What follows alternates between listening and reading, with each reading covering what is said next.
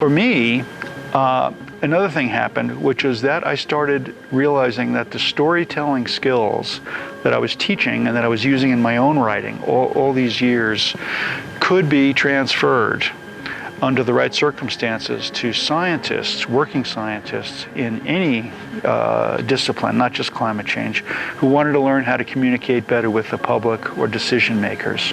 It's important, it's really important. In some ways, scientists feel like they're losing a certain conversation for public interest in what they're doing. Because of climate change denial and big money that is in some ways trying to say that these things aren't true. Anyway, they need to speak well about what they do.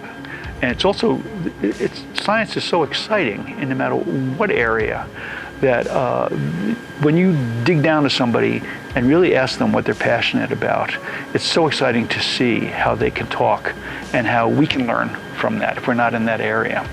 So I do workshops now, did for a while here and then afterwards, to help scientists learn how to use storytelling skills to communicate better.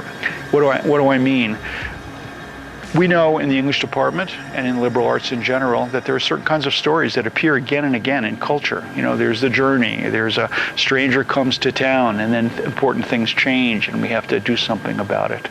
And so I show them how those stories, little touches of those stories, can be incorporated in the way they talk about, let's say, working in the field.